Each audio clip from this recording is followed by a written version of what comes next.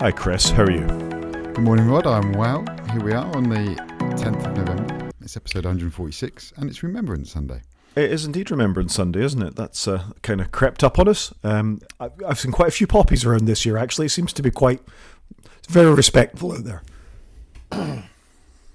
It is. I do have my poppy and I've not put it on, which is a big home goal, I think, because we are rushing to record this morning because I'm off for the Remembrance Sunday parade with my children later, as one of my sons is in the Scouts.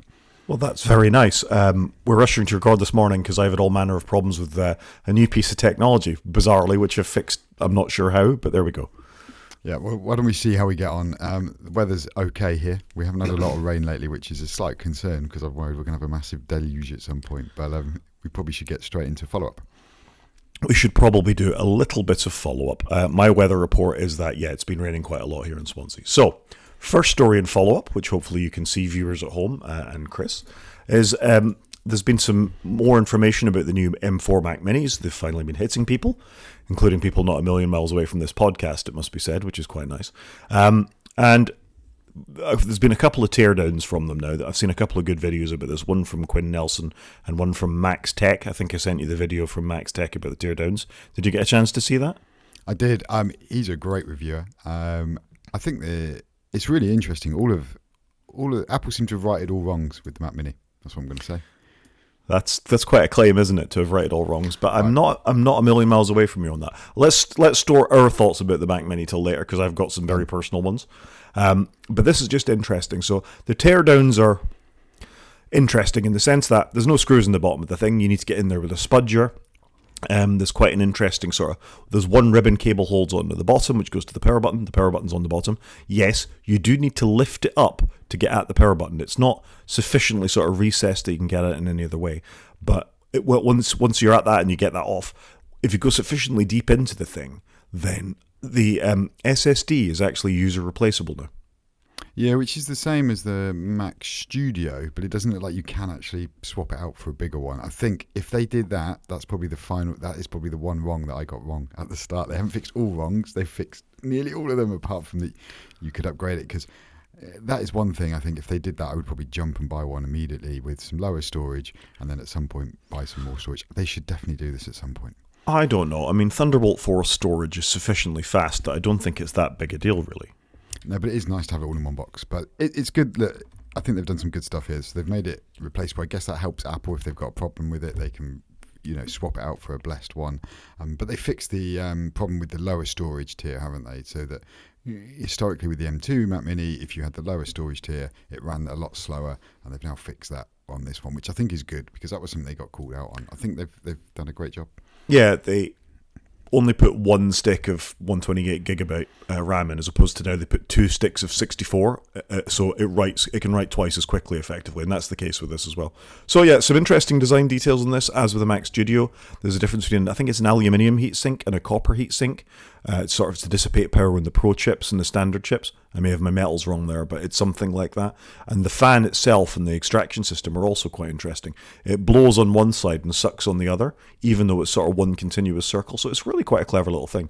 Yeah, and they've got a cool animation I've seen to show you how it sucks cold air in from the front, I think, and hot air out the back, or vice versa. The whole thing looks great. The power button on the bottom, though, is a quirk, but it's just one of those things. What I want to know is if you had a Magic keyboard like this one, can you push the power button on the Bluetooth keyboard to turn it on? But I'm guessing not, because there's no. It's not on. I think you can, but you need. So then the power button would be less of a deal. You need to pair it first, so you'll need a USB-C to USB-C cable to do the pairing to get the Touch ID thing to work in the first place. But after that, it will work. To set up Touch ID, you have to push the power button at the same time. I mean, it's not a very heavy computer. Again, we're in danger of going into talking about the M4 in a lot of detail. So let's move on to our next story, which is the initial versions of RCS messaging when they were released for iOS. Where are we? 18. I keep losing track. I got to say, moving between Sequoia 15 and iOS 18 is beginning to bend my mind slightly. Yeah, I had exactly the same problem. I installed the Sequoia 15.2 on a laptop, and it said, "Do you want to sign up for the 15.2 and I was like, "No, on the 18.2 surely." And then I was like, "Oh yeah, Mac's behind." bizarre. It's properly bizarre. This is quite I suppose it's a non-story in one sense, but it shows they're beginning to take the RCS thing a little more seriously. Whereas if you're a messages user and you react to a message, it appears in line with the message. But this is just a small change for those in RCS who, when they were reacting, it would appear below the message. A great thought for this for me is my dad, who finally worked out emoji, well done, but the only one he knows how to do is a thumbs up. And I don't know if that's a thing other older people, or not always older people, but have this. They've learned how to do the one thing, and he'll always do it underneath, not on the actual message in the form of a tap back. So, yeah, it's good. It does feel like Apple is, again, right and wrong here, and Android's going to have a lot more parity message-wise. It's good, I think.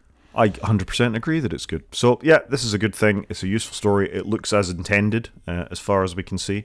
So, yeah, well done, Apple. Keep plugging away at it, and let's have parity between RCS and messages. Definitely agreed, because I do have a few Android friends. Yeah.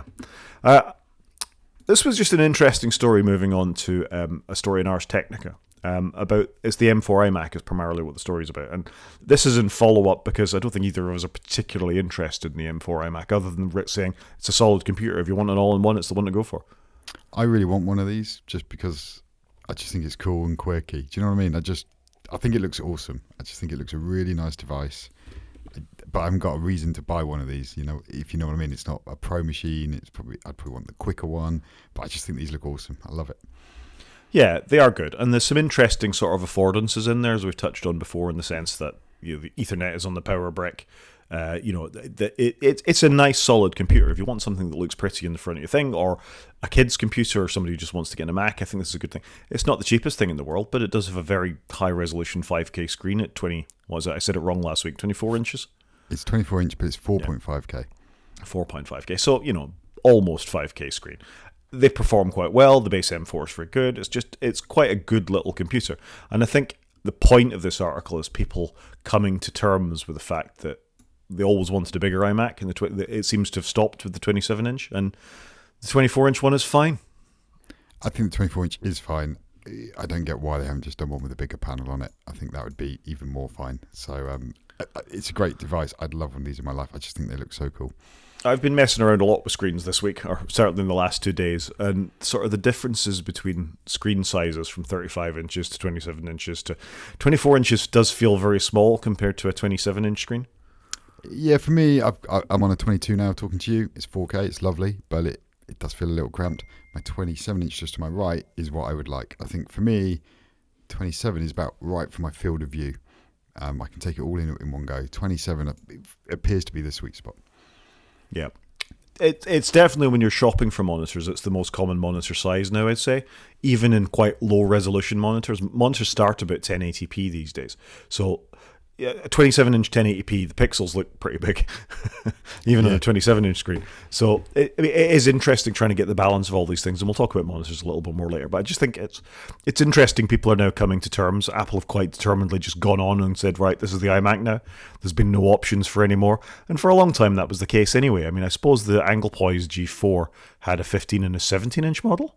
Yeah, and then it was the next one that moved to 17 and 20, I think it was. Yeah. So we're kind of used to having those screen sizes, but I think this is fine. It's certainly a very usable display. I must confess that green in the screenshot you're sharing looks amazing.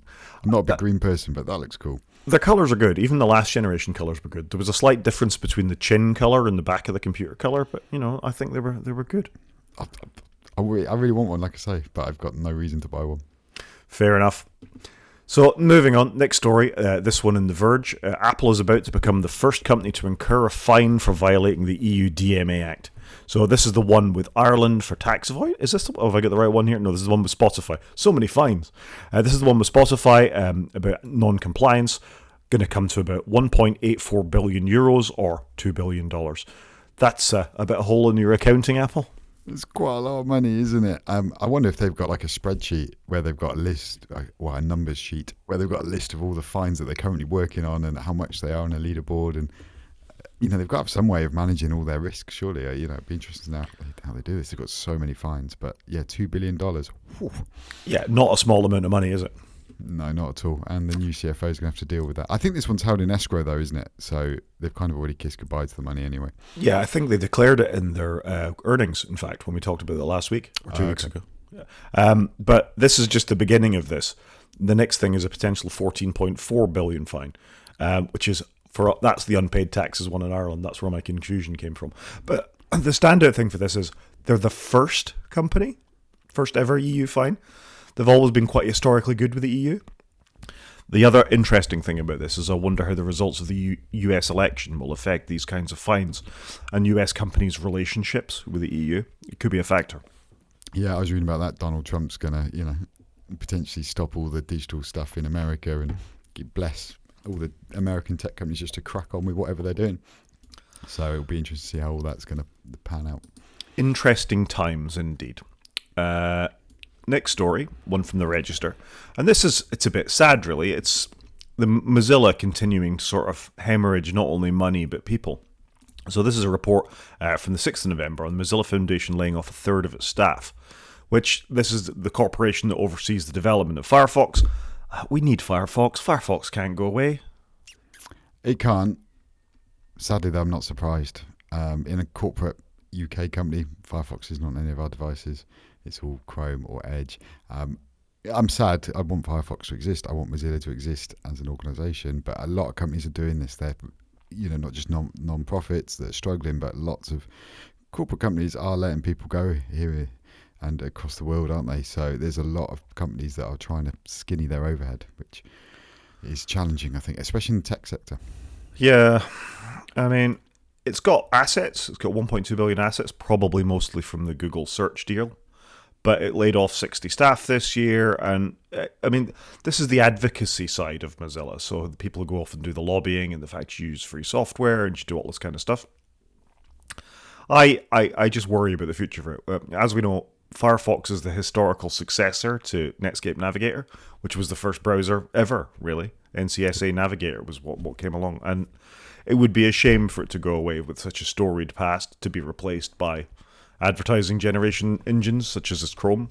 Safari I'm a little more thoughtful about, but I think you need a third company to truly show that there's not the anti-competitiveness that could spring up from the browser market. The free web is forevermore in danger. I completely agree. It is a shame. I wonder if it's just Google's search engine money that is keeping that company going. Are they going to disappear? If Apple get told to stop taking Google's money, would then Google go, actually, we're not going to pay any browser any money anymore. We don't need to because people know enough around Google, and then Mozilla could just disappear. Yeah, it's a worry. I mean, I would have thought if the entirely open source it's not going to completely go away, but the advocacy part of it is really important too. Yeah, completely agree. Just it's frustrating, isn't it? I think we're going to have more tech stories like this as the year continues to wrap up. I think we are. Do you want to tell us about weather and macOS? Weather and macOS. So I actually did try this out. I've got the beta on my non-podcasting device. I'm amazed Apple have done this, but you can now add the weather widget to the menu bar in macOS 15.2 Sequoia, which is in beta, but will come out to the public probably in early December. I'm amazed they've done this because they seem to be making all their apps work the same on every device, but they've actually done something here that's Mac only, which I think is really good, and I'd like to see Apple do more of this. Get the apps on all the machines, on all the devices, but do some customizations for that device and optimize it. So it's great. So you can just have the icon up in the menu bar. You add it there by going into Control Center settings, and then you can just click on it, and there's the weather. I think this is great. Like hats off to Apple for doing something Mac specific on a very generic app. I'm a bit mixed on this, really, that there's already too much stuff up in my menu bar. On my laptop, I do need to have a little hidden... I use the ice widget to hide things because it bounces into the notch too quickly. So, as you add things along there, they start hiding behind the notch, and that's not great. And now I've got a desktop Mac. It's less of an issue. But there's enough stuff on there. And also, haven't we been able to have widgets for a long time on our Mac desktops anyway? So you can have them from your phone. You've got your own widgets. You can drag out the control center if you want them there. So I guess it's there if you want it. No, I think this is good. I'm completely on board with this. Yeah, and also, fair. Microsoft do this down in the start bar, so maybe they've had to, counter that. Oh, Microsoft do this everywhere. Microsoft do this in Outlook. Yeah, That's a fair point actually, because when you're booking your virtual meetings, you need to know what temperature's going to be outside. Yeah, and it always defaults to New York, I think. Even if you've got your computer set to automatic time zone, you've got to go in and allow location in Outlook. It's another thing that annoys me. I don't need weather in my Outlook. Thank you very much. Yeah, I wouldn't disagree with that statement. Shall we do some news? Let's dive into the news then. So what we got first up, Apple botched the Apple Intelligence launch, but its long-term strategy is looking good. So this is just an interesting piece, again, from Ars Technica, who are quite thoughtful about this kind of stuff. Nobody would disagree that they botched the Apple Intelligence launch. The very slow rollout, the fact I still don't have permission in 18.2 for all the imagey stuff, for example. It's taking a very long time for that to come along. It took a very long time for the initial sort of text corrections and Siri suggestions and automated email replies and all the rest of it to roll out. I understand why it took that long. Apple have a lot of users. More and more people are on the developer betas. More and more people are on the public betas. So they're sort of being a bit piecemeal. And as we've talked about repeatedly, all of this is computationally expensive. So the argument here is there wasn't a lot, and it took him a long time to do it, really, sort of an undisciplined approach to the rollout. A disciplined approach to the rollout.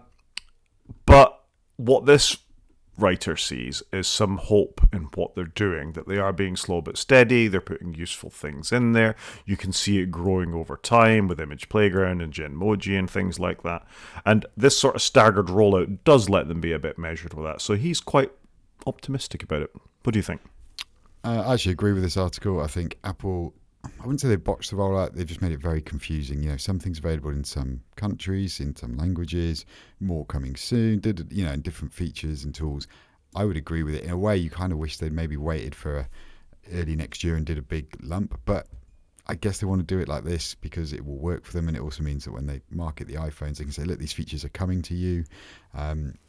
So I think their long-term plan's good. They've baked it in. I think they've done quite a nice job of baking it in, like the writing tools icons in various right-click menus on the iPad, and it's in the toolbar, but they haven't put big gaudy graphics around it. It just fits with the app. They've done typical Apple. They've added some new features, and it all just looks right. They're not trying to go, whoa, look at me. I think they're doing a good job overall. Whether it's now how useful some of this stuff is going to be, I guess that is the question, but I think they're doing a good job of rolling it out and baking it in, and they're doing it a lot quicker, I think, than most of us thought they would.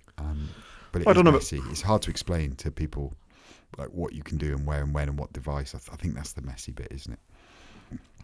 Yeah, it is messy. This doesn't work on an iPhone 15 standard. You need a Pro. It only works on 16s. Does it work on this Mac? My happiest thing about Apple Intelligence is we've got 16 gigs of RAM across the piece now. I haven't found any of the features particularly useful at this point. In fact, ChatGPT went down last night, and there was lots of criticisms for people using Apple devices that suddenly the ChatGPT started working. So they've got to be really careful of that kind of perception of the devices as well. The most dangerous thing to me is the perception that Siri is now some clever thing, and it's really not. I quite like the new design, but the problem is, and I can see why they haven't changed the name of it, because it's no cleverer than what it was before. So I can see why they've made that decision. Why sell it as such then? Well, I guess Apple Intelligence isn't Siri, because they are quite clear in settings. It's Siri and Apple Intelligence, so they are two separate things in their eyes. And Apple Intelligence does some stuff, I guess. So they are two things. Whether Apple Intelligence one day comes to replace Siri, but that's got to be further down the line, I'd say. I guess we'll see. But, it's certainly a cautious rollout, and we'll see what new features come down the line. Yeah, and I think once you can play with them, we should do a main show just talking around actually what these features are actually of any use. I think that's a good idea, and you should put that in the show notes for a later show. Okay. Moving on, Apple has added a few more new AirPlay options for macOS, which I think is a good thing. Allowing you which is to do with screen mirroring, particularly on the Mac. The new beta version of macOS Sequoia 15.2 lets you select a single window or app on your Mac to display to another screen like your TV or something else like a Vision Pro headset. So I think this is just them consolidating the permissions, what's in there, and is in line with what we were seeing previous to the release of Sequoia, with its caution about things being shared for a period of time, or for, initially it was renew this every week, every 2 weeks, every month, whatever we're up to now. As somebody who's been installing a lot of operating systems recently, I've seen this a lot, this prompt. I think this is useful to give people the granularity. I worry about the security model slightly within this. If they're very open about the API and how they go forward, allowing developers to make use of it, but it always feels restrictive when they start messing with the display outputs to me. HDCP, which was a secure way of sharing video signal, purchased content over HDMI, is a problem on the Vision Pro as it is. You can't watch something on your Vision Pro and show somebody something that on a linked iPad or on a television. You can only look at the Apple TV Plus content inside of the Vision Pro on one window at a time. And I always get a bit twitchy when they start applying these kinds of models to other video signal outputs, if you know what I mean. Yeah, but I can see why they've done this, because historically when you screen shared, it shared the whole screen, didn't it? Whereas this is just more in keeping with how you use Teams or Zoom, in that people are used to picking what they want to share now, I think. So I think it's part of that cultural change. Yeah, and it's a good thing, ultimately, that you do have that granularity. Users should have that level of control of what's going on. I've hit a couple of Apple screen sharing things for you with sharing this today. When you click on the window to share it, it doesn't give you the option to share the whole screen at the moment in 15.1. I can pick share this application and its windows. So this window or all windows related to it rather than the whole screen. And that's a bit limiting. But at the same time, you're less likely to share something embarrassing if you do that. Yeah, no, I think this is good. And like I say, people are used to sharing things now a lot more than they were 4 years ago. So, yeah, I think this is good. And something that people aren't used to sharing is their details with the police. And this is a really interesting story that some law enforcement officials, the police, in Detroit are warning other officers of behaviour they've noticed for iPhones that are left locked. So they've been putting iPhones that they've seized, presumably as evidence, in Faraday cages and away from each other, and they're finding they're rebooting more often. So as soon as they're disconnected from signal, i.e. Wi-Fi or cellular signal, when removed from a cellular network, if the iPhone was after first unlock state, the device returns to before first unlock state. So this is prompting for a PIN code or prompting for another level of authentication from Face or something like that. And this is all, the theory is, to protect users' privacies more from having their phones seized. But at the same time, it probably makes the police's job a little more difficult. I think the timing of this is interesting around the point post-US election, when potentially police will be given more powers to seize devices and things like that. Apple are doubling down on the security standards. But yeah, not a great time for digital forensics, but a great time if you're trying to protect your privacy. Yeah, no, I'd agree with that. It is interesting that they've done this. I've never seen this, but it does kind of make sense, I guess, that they're doing it. You've just reminded me, though, while we're talking about this, what they did do when you install a new version of, when you upgrade to 18.0 and you hadn't previously turned it on before, is they do, I'm just looking for this, they do ask you if you want to turn on stolen device protection. So if you hadn't had it turned on before, when you upgrade, because they brought it out in the 17 cycle, but when you upgrade to 18, they asked you, do you want to turn that on? I noticed it when I did this for my parents. And so it's interesting then that they're now doing this bit as well. So, yeah, they obviously are up in their security game a little bit more. Yep. Like I say, I mean, I wouldn't want to be in digital forensics at this point, but I think as a security protective point for users, this can only be a good thing. Privacy protecting. Do you want to tell us about Microsoft and Copilot Pro? Not really. No, I do. I did read this because I work for a company that is interested in Copilot Pro, but we struggle with it because it's so expensive, and obviously Microsoft are reading into that. And I don't know how much this is linked to Apple, but what Microsoft are doing now is, if you've got a personal or family subscription, is they're removing the $20 a month charge for Copilot Pro, but they're still making corporations pay for it, which is interesting. I wonder if Microsoft is struggling to garner traction in some areas because they've put a financial walled garden around it, and people aren't paying the price. Apple have then turned up and gone, all you need is a recent device, and you can have all the cool AI stuff that Microsoft are charging you for. And a lot of what Apple are doing is very akin to what Microsoft offer. It's summarization, it's rewrite some text, generate me an image. So interesting that Microsoft, this is maybe their response to that. Yeah, I mean, this speaks to me that maybe the AI thing's not going as down as well with consumers as Microsoft would have hoped, that they can get away for charging for these kinds of things. Because frankly, if a user wants to make use of intelligence features for free, they'll go and fire up Anthropic, or they'll go and fly up, more likely, ChatGPT, and do the basics in there. And I gotta say, my own little experience of this, like I had a screenshot of a table which wasn't Excel the other day, and I wanted it out of Excel, and I wanted it back into a CSV file. So I pasted the image into ChatGPT. I said, turn this into a CSV, please, and it did it. And I want that for 5 minutes, and then I won't touch ChatGPT again for the rest of the day. But that's super powerful, and it wouldn't even occur to me to go and use the operating system features for that, because I'll use the thing that I know that ChatGPT is good at. So, stuff like that. Yeah, no, it is interesting. Microsoft have put the Copilot button on every Windows 11 PC, so yeah, maybe they are, bending to what Apple's doing, because they probably don't want to lose the march on it, do they? They were out in front, but places that give it for free will soon catch up with them. Yeah, I mean, that is a bit of a concern for them, I guess.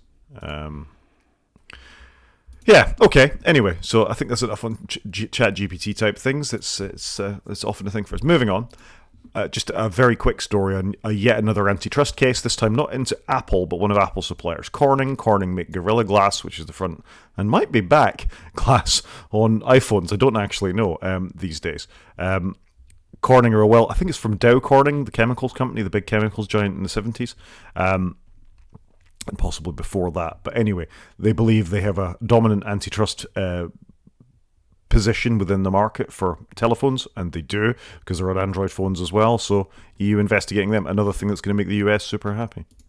Yeah, and the glass in your iPhone, though, I don't know about you, but you see a lot less people these days that are operating a phone that's just a massively shattered glass. You remember it used to be quite a thing around the iPhone 6 generation, where you'd see colleagues, in the office, or your friends, and they'd be using a phone you could barely read the screen off because they dropped it once and it had shattered. But it's super interesting that this is now seems to be a problem, because I don't think this is a new problem, but it just feels like they're just picking up on it now. Yep, fair. Should we do a main show? Do some media even? Yeah, let's dive into media. So I put this first one in here because we both like Slow Horses, and one of the core cast of the Slough House gang. So I'm just going to scroll down to find her name because I don't want to mispronounce it. Rosalind Eliza. So she's from Slow Horses. She plays a character in an up-and-coming Netflix Harlan Coben story called Missing You. And my wife quite likes some of these. We've watched a few of these Harlan Coben things before, and I just thought it was interesting that she was in it. I thought she was very good in Slow Horses. So this comes out January the 1st, and I know most people probably have Netflix, whereas I don't, so I probably will give this a go with my wife, because it's a nice TV show to watch. But I think she's very good, so it's nice to see her break out into something else. Have you noticed she's got missing fingers on her hands? I had not noticed that. Have a watch. She's got missing fingers in her hands. So not only is she an excellent actress, but she's dealing with a disability as well. So I'm a big fan. I think she does a great job, Rosalind Elazar. This is quite a cast, though. Richard Armitage was Thorin Oakenshield in The Hobbit as well. Lenny Henry, Steve Pemberton. There's some good. James Nesbitt. There's some great actors in here. Crumbs, and Lisa Faulkner's in it. Also a chef here in the UK. But it's a great cast. So it'd be interesting to see how this show comes out. Cool. A good watch then. Next, Down Cemetery Road. Yeah, so again, linked to Slow Horses here. That's why I put it next to the previous story. So Down Cemetery Road, it's booked by Mick Herron from the early 2000s.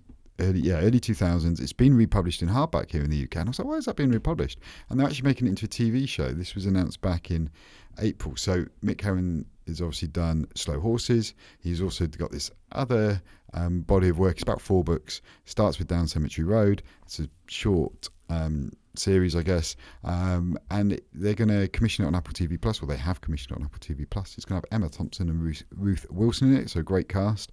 And that's coming as well. And I'm just surprised you and I think we missed this, even though we're both big Slow Horses fans. And I'm reading the book at the moment. So it's got quite a good start. The first quarter of the book's very good. So I'll keep you posted on when I finish it. No, that's very exciting. I am a Slow Horses fan. I'm a fan of both those actors as well. I think they're terrific. So yeah, that's one. I hadn't heard of it. I'm looking forward to it already. Yeah, I don't know how. Like I said, I don't know how we missed it. Brilliant. Alien. I watched Alien with my youngest daughter last night. We've been meaning to watch it for a couple of years. She's a big fan of a horror film, less so of a science fiction thing, but I felt this was a good blend of it. I was worried it was a bit slow. She wouldn't find it fast moving enough for a modern horror thing. It is Same mostly problem I have with my children. Yeah. It is mostly jump scares in Alien, it must be said. But no, she really appreciated it. She only spent about 15 minutes on her phone as opposed to watching the whole thing. So actually, that's a vote of approval as far as I'm concerned. Yeah, that's a win. I would agree with that. My children, when I try and show them older films, get bored because it's slow. I did manage to watch a bit of Die Hard with one of my kids, which I quite enjoyed. Oh, well done. I mean, it's a difficult thing getting the balance right for the age of the child and what it is you're going to show them. But being as Emily's now going to be 19 in December, I think that we can probably get away with watching this. She's certainly of the age to be able to do it. So this is a very boring trailer. I'm sure there's a voiceover for the video watchers. But yeah, it's a good old watch, Alien. It still stands up. Ridley Scott, back in the day, was a terrific director. It did make me slightly sad that, of modern Ridley Scott movies, the best one is by far The Martian. But Alien is terrific. Yeah, Martian is fantastic. I love a lot of his work, to be fair. But no, The Martian, I generally love it, and I'd like to find the time to rewatch it because Matt Damon's excellent in that. He is. Last thing from me in media was I got to an in-person gig this week. I went with my eldest daughter to see Nick Cave and the Bad Seeds play at the Unita Arena in Cardiff, and it was absolutely brilliant. I'm really glad, and it's nice you were able to share it with a child, because it is nice when you can do a father offspring activity. I like to do it with my kids sometimes. Maybe it's go and look at cars. It's great that she was into it, so I'm glad you had a good time. Well, not a big fan. She knows 2 Nick Cave songs. Well, she knows Red Right Hand and she knows Oh Children. Red Right Hand, obviously from Peaky Blinders and many, many other things. And Oh Children was in the 5th Harry Potter film, I want to say. But it's jumped into... I've been a Nick Cave fan since, I don't know when, 1990 something, I think. He's been around longer than that. He was a punk with a birthday party back in the late 70s, so he's been around a long time. I think he's 63, I'm guessing, but I think he's about 63. He played for 3 hours. The band came on and they played for 3 hours, hit after hit after hit, and it was just phenomenal. Great sense of humour, good interaction with the band, amazing interaction with the crowd, was modifying the lyrics to the songs as he was singing, pointing at people's t-shirts and, saying I love you to people and all this kind of stuff. What a great showman. Second time I've seen him. The first time I wasn't very impressed. This time was just incredible. And even Anna was saying, this is amazing. This is one of the greatest gigs I've ever seen. So my top 3, possibly top 2. So only Pink Floyd stand in front of Nick Cave and the Bad Seeds for me. Wow, okay. That is high praise. Yep, it was terrific. Fantastic. Should we go and do some games? Let's do some games. And we don't have an awful lot in games, do we? I mean, for me, I've largely been playing Call of Duty Black Ops 6, so I don't have an awful lot to say. But I think we got a mixed bunch, though. We got some bad news and some good news. Yeah, I don't know if this is entirely bad news. A whole bunch of Sega classics are being delisted from Steam, basically. So if you want to go and play an old Dr. Robotnik game or some Sega classic games, you're not going to be able to because they've been delisted.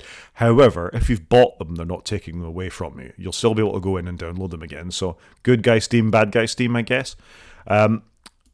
The thinking is maybe they'll be made available to buy again. Maybe they're being remastered or something. But things like Crazy Taxi, Golden Axe, Streets of Rage, some good old classic games have been delisted from Steam, and that's a bit of a shame. Yeah, I'd agree. It's a bit of a shame. I wonder, it's probably not Steam's fault, is it? It's probably Sega going, no, we want to pull them. Interesting. Maybe they're going to relaunch them or package them up on something else. You never know. You never know. And you have some Nintendo news. Yeah, so whilst Nintendo don't seem to be showing us what the Switch 2 or whatever it's going to look like, the successor is, but they are saying that all current Switch games will run on the Switch. I wonder if they've seen a drop-off in Switch game sales because people are waiting the new console. And therefore they're going, look, you can buy the game now, it will still be good on whatever hardware we release coming down the line. So I just think this is good news that they've already announced that retro, the current games for the last 10 years or so will work on the next device. So it's good news. Hopefully we're going to hear what the new device is at some point. It's meant to be imminent, like within the next few months. So I don't know. I think the US elections are dominating everything. Releasing a new tech device at the moment is probably not the greatest thing. Apple's timing was just perfect in the sense that they got them out the way before the election happened. But everybody else, I think they're going to wait post-Christmas now. Yeah, or maybe they announce it in a few months, within the month, and then it ships early next year or something. But it's clearly not going to be ready for Christmas, is it? Main show? Let's do it. So it's all about me. I have a new purchase. I have an M4 Mini Pro, specs to follow. But there's not a lot of news about this in as much as, hooray, well done me. I bought my own personal Mac for the first time in 14 years or something like that. I've relied on my workplace to buy my Macs up till now. So this is quite a big deal for me to buy a new Mac. Yeah, it's been a long time, hasn't it? And I think you've bought a good device. I think I have. So I've linked to it a little review from The Verge about how good they are and what the good things and the bad things are, and I'll just quickly talk about The Verge's specs. They give it 9 out of 10. Good computer. Much smaller, fast, consistent performance, and $599 starting price is great value.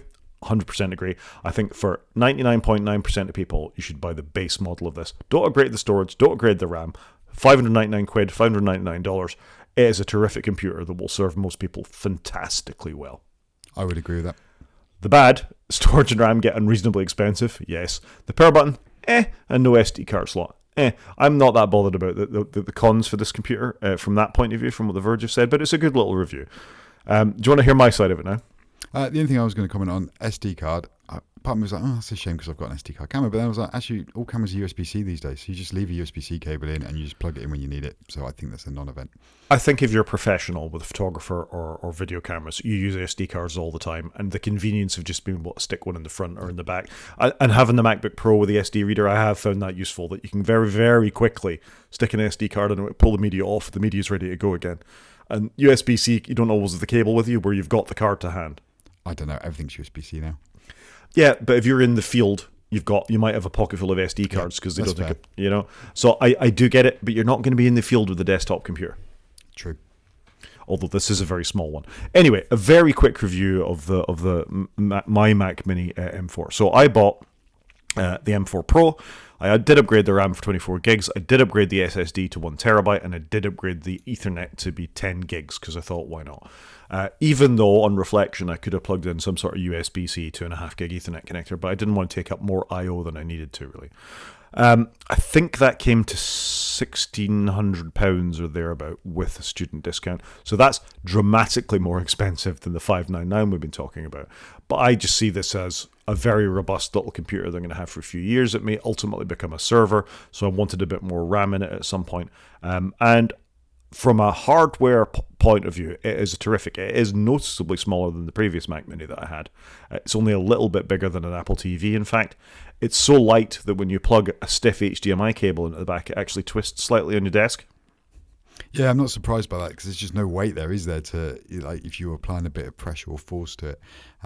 Just to comment on the spec, you bought the spec I would probably buy if I were looking for one. I think that's a really good, hopefully future-proof spec, as much as you can future-proof a device. I hope so. And with Thunderbolt 5, external storage is going to be almost as fast as internal storage. There's not a lot of Thunderbolt 5 stuff out there at the moment, but it's dramatically faster than the Thunderbolt 4 standard. Yeah, that is good. And a lot of people are saying really you want Thunderbolt 5 more for screens in the future and pushing lots of pixels around. So it'll be interesting to see. I'm going to assume that Apple are going to release new monitors next year in line with the Studio. It feels like that it's time to tidy up the lineup. So it'll be interesting to see if they have any Thunderbolt 5 screens coming down the road. But good future-proof, I think, 100%. And I wonder, are we going to see the return of caddies that look like the computer? Do you know what I mean? Like we used to have caddies in the old days that look like little Power Macs and things. So it'll be interesting to see if any of that come out, because this would be a great device to buy. Big stack of hard drives, caddies, plug it in, and have that underneath your desk. Yeah, but with 10 gig storage, 10 gig Ethernet, with a fast enough network, you can pump large files over a network really, really quickly. Potentially, with 10 gig, you can edit live in Final Cut Pro or DaVinci Resolve.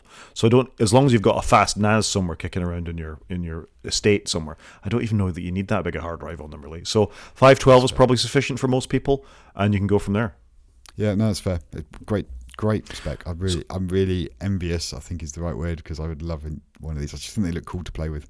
I'm really pleased with it. I did plug in my CalDigit Thunderbolt 4 dock by accident in one of the front ports, and it went, I don't do that. No, you got to plug me into the back. So it is aware, which is the first time I've seen that warning in macOS. I only plugged the dock in so I could have a USB-A connector at that point. Okay, yeah, I hadn't thought about that. I've got very few USB-A stuff. I wanted to get to USB-C as soon as. I'm probably more ahead, I think. I've still got a fair bit of USB-A stuff, and the monitor, which we're going to talk about in a minute, that plugged in now has a lot of USB-A on it as well, so I'm actually okay for USB-A. But this microphone, the mouse, my odd external audio adapter for my speakers and things like that are all USB-A, so it is what it is. But that was fine. I unplugged it, and actually I've got the whole computer suspended under my desk in a net at the moment. I'll talk about the USB-C thing in a minute, but it's my desk is.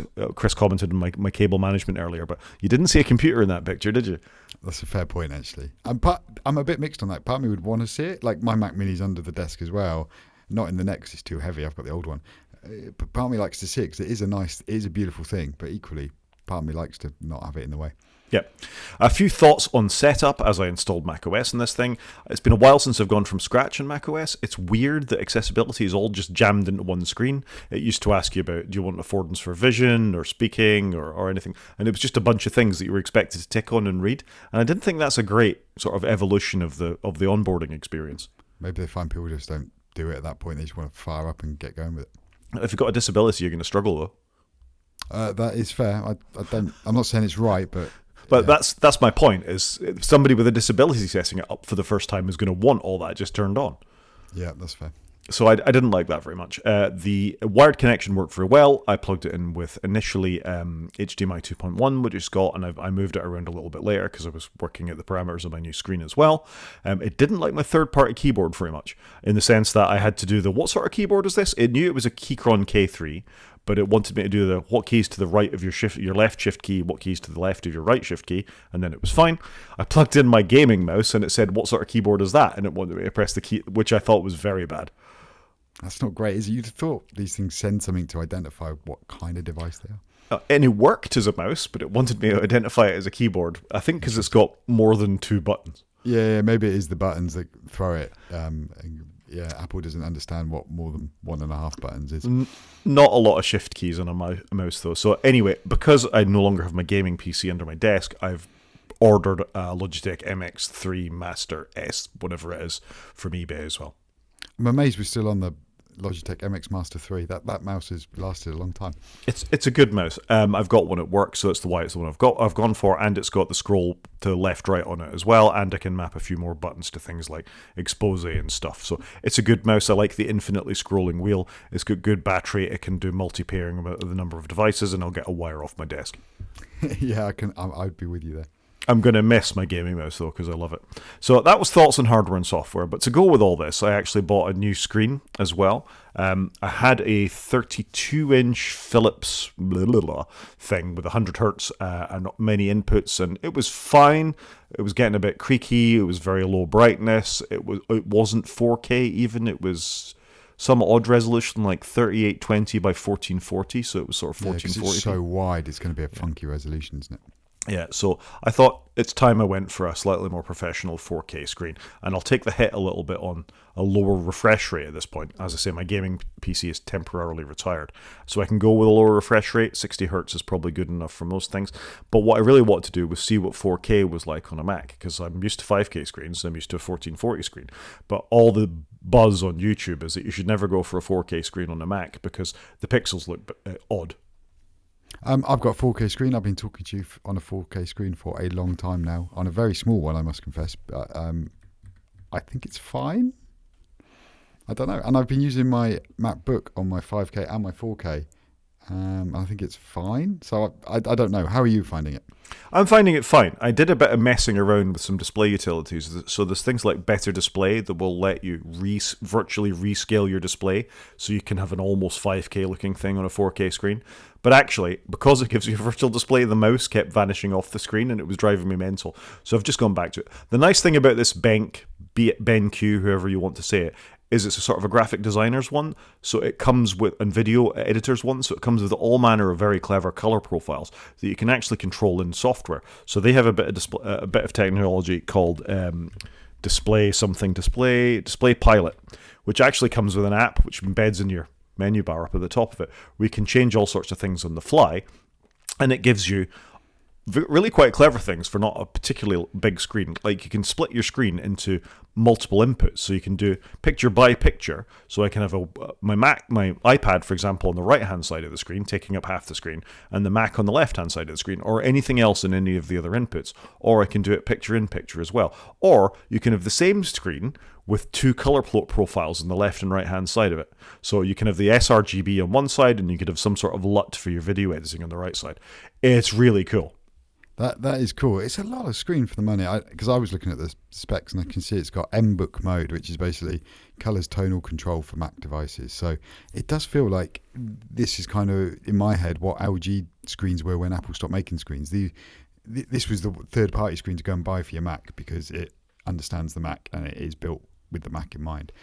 This looks for the money, this looks a fantastic screen. I'm super impressed with it. It also has like a remote puck thing, so you don't need to fiddle around on the monitor behind it on the joystick to control all the settings. So I've actually got a button on my desk that I can press on and move around between all the functionality without having to do it. It's on a wire, but it's really nice piece of extra functionality if you're switching displays around all the time.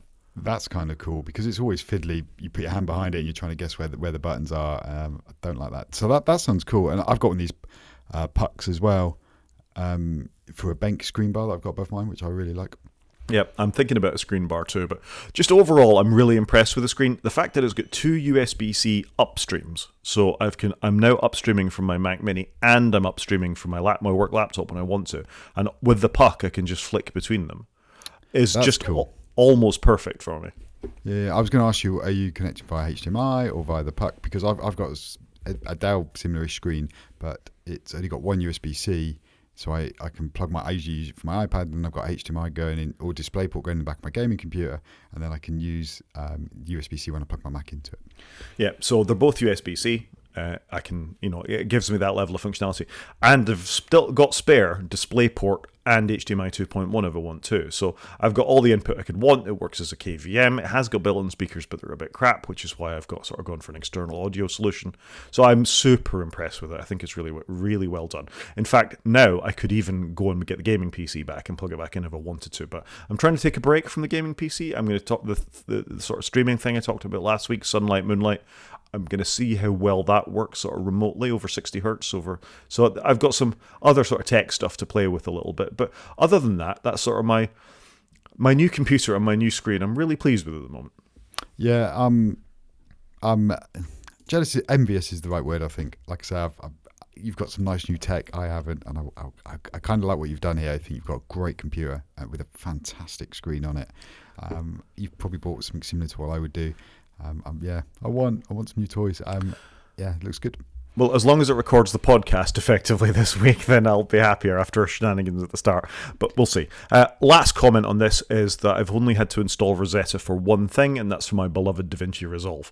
When I went to install that and download that, it wanted to install Rosetta. Apparently some of the plugins are still x86 compliant for filters and things like that. So I spent a good 5 minutes considering whether I should actually install Final Cut Pro rather than DaVinci Resolve, just so I wouldn't have Rosetta. But that's the only thing I've needed Rosetta for so far.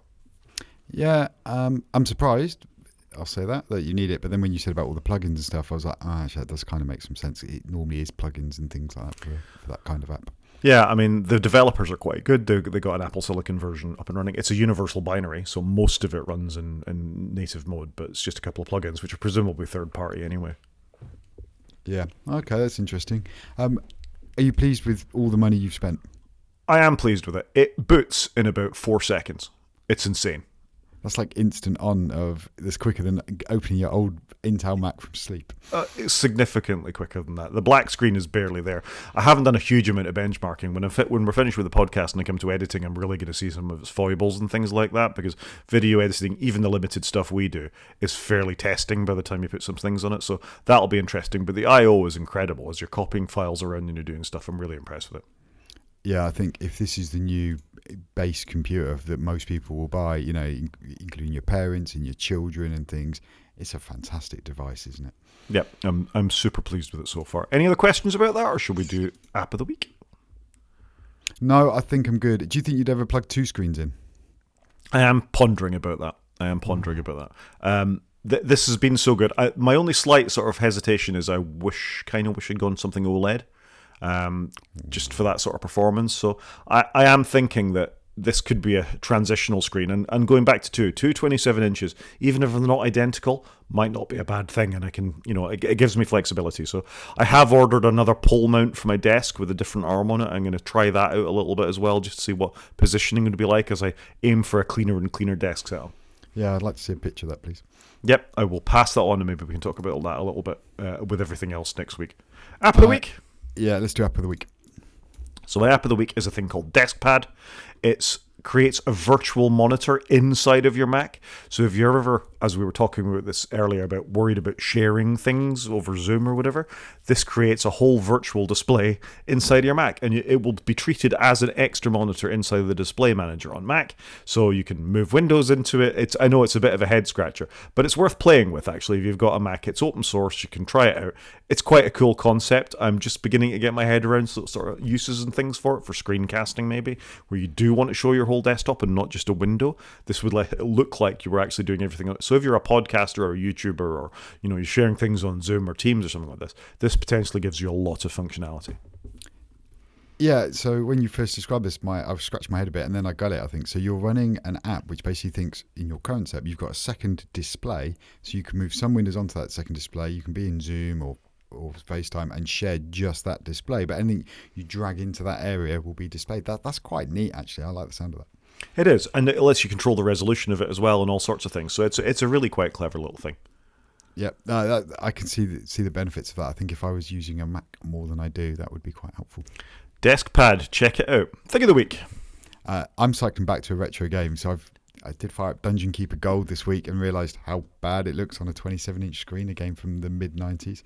But I have been playing Commandos Behind Enemy Lines, and I've forgotten how hard it is, but this was the add-on to the original Commandos. This is gearing me up to get in the mood for Commandos Origins. It's coming out hopefully this year, they say, but they haven't announced a date yet. And I played the demo after your recommendation. But yeah, just a bit of retro gaming. Steam do an amazing job of playing 20-year-old games. It just blows my mind every time. And this one actually, it's a 25-year-old game at this point, maybe a bit more.